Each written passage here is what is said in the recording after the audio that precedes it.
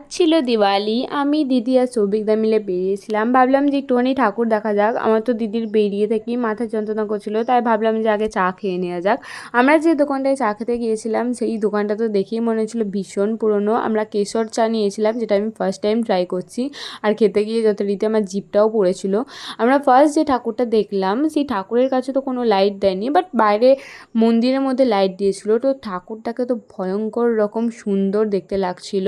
ওখানে পণ্ডিত মশাই সবাইকে সিঁদুরের তিলক কেটে দিচ্ছিল, তো আমরা তিনজনও সিঁদুরের তিলক পরেছি।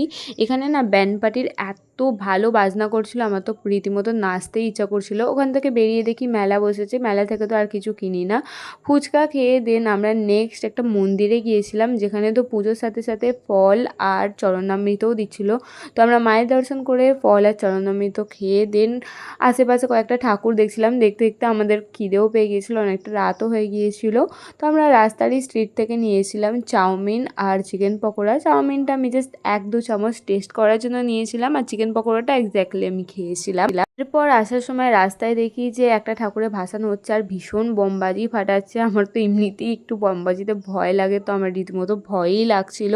এটা হচ্ছে আমাদের পাশেই একটা কলেজ মাঠে ঠাকুর এসেছে। আর এখানে না এর পরের দিনকে স্নিগ্ধজিৎ আসার কথা ছিল, তাই এখানে স্টেজ করেছে, ফাংশন হবে। তো এভাবেই কাটলো আমার এই বছরের Diwali. That's it for today, by.